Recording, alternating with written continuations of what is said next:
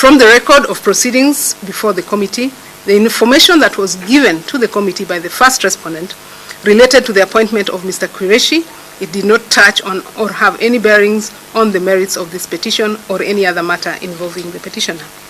We therefore find the application by the first respondent to be without merit. We now make the following orders. The application dated 17th December 2018 be and is hereby dismissed. Secondly, the application dated 20th of December 2018 be and is hereby dismissed. Having come to the conclusion that both applications are devoid of merit, we make no orders as to costs and direct that we now take directions with respect to the pending applications for joinder with a view to an expeditious hearing of the petition on its merits.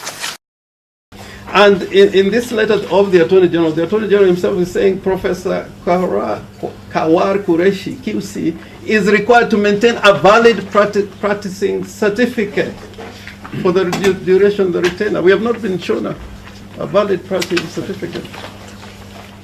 There's a certificate of good standing.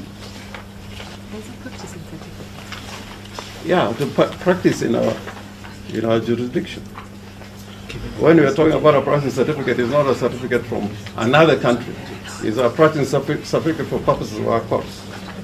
Also have to ask ourselves whether we can dissect the DPP, who has instituted the criminal case in the lower court, and the DPP that is appearing before you today on matters that have arisen out of that proceedings.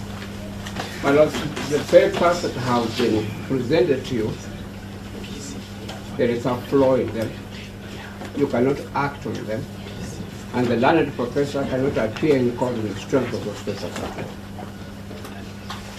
The DPP and the Honorable Attorney General have to put their house in order before we can proceed. May I put them also respectfully on notice that there is a lot to be said, but it cannot be said at this stage as to whether the professor can appear in this court. Sorry, my lady, I just forgot to point out that under that letter, paragraph 3, the Attorney General also makes it clear that the professor is required to pay such admission fee as may be prescribed. Yes.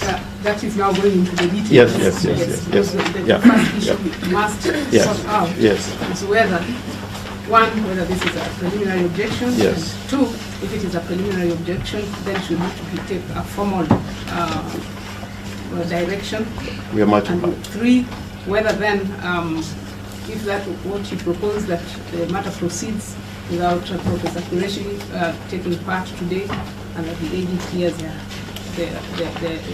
DPP and AG get their house in order. Yeah. I think those are the we're much issues that we're much obliged.